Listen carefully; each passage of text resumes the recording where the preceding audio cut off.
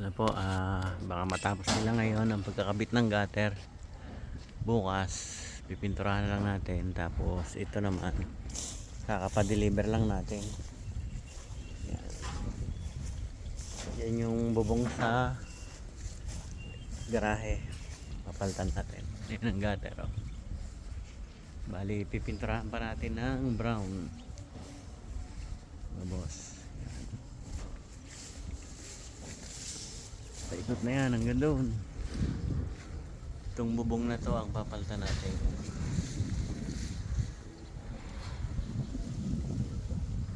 Pag napinturahan siya ng brown, okay na, maganda na.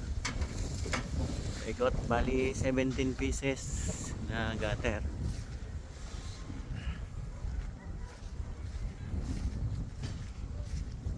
Dito yan sa Southfield settings. Okay, lagyan na lang ng hanger yung iba. Lapit na bali dalawa silang gumagawa.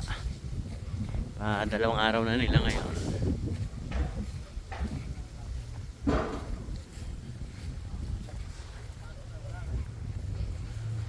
Isang araw yung yero naman babaklasin para ikabit na nila. Yan ang nagkakabit. Okay, mga boss, diyan muna kayo.